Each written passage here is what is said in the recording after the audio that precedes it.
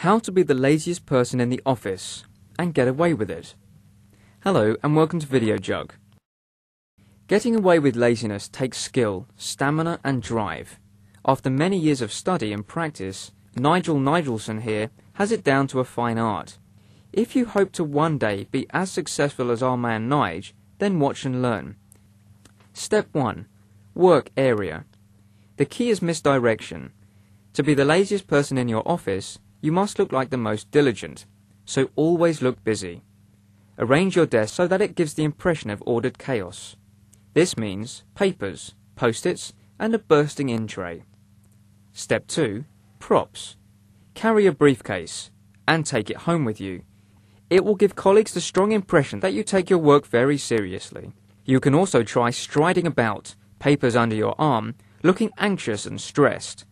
Not only will you look busy, but be less approachable, stopping people asking too many questions about what you're up to. Step 3. Appearance. Dress in smart work clothes.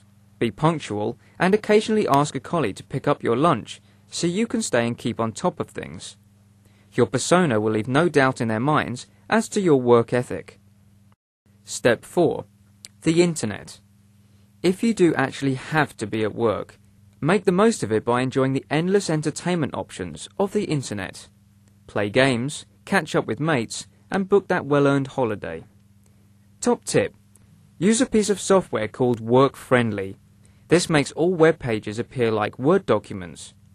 Passing colleagues will make the assumption that you're working hard, whilst you're really just finding out what's on the television tonight. Step 5. Body language. Whilst at work, your body language must reinforce the impression of conscientiousness.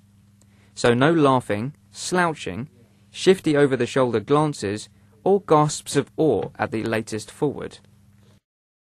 Step 6. Sick days. If you don't fancy going to work from time to time, you're going to need a good reason. First of all, you can use illness as your excuse. Decide what it's going to be, whether a migraine, allergy, or conjunctivitis. Colleagues won't want someone with irritable bowel syndrome sharing their bathroom. Get your facts straight and know the symptoms.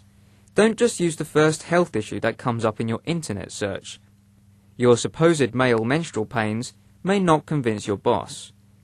And don't choose anything too serious or fatal. If they do find out, no amount of charisma will get you out of trouble. Sick kids will always get you time off. No questions asked. Claim you have to take them to the doctor, pick them up from school, or look after them at home. If you don't have your own children, make up a young niece or nephew, cousin, or even try an elderly pet you need to take care of.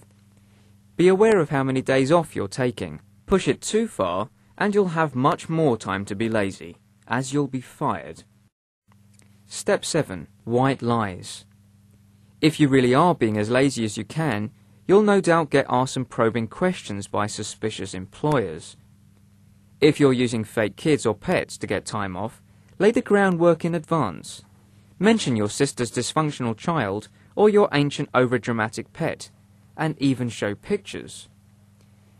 When you phone in with a supposed illness, switch on your Oscar-worthy acting skills. Don't overplay it and don't provide explicit information. If you're phoning in from out of the home, make sure there are no background sounds that give you away. Additionally, provide sound effects if you're claiming to be in a traffic jam or stuck at the train station.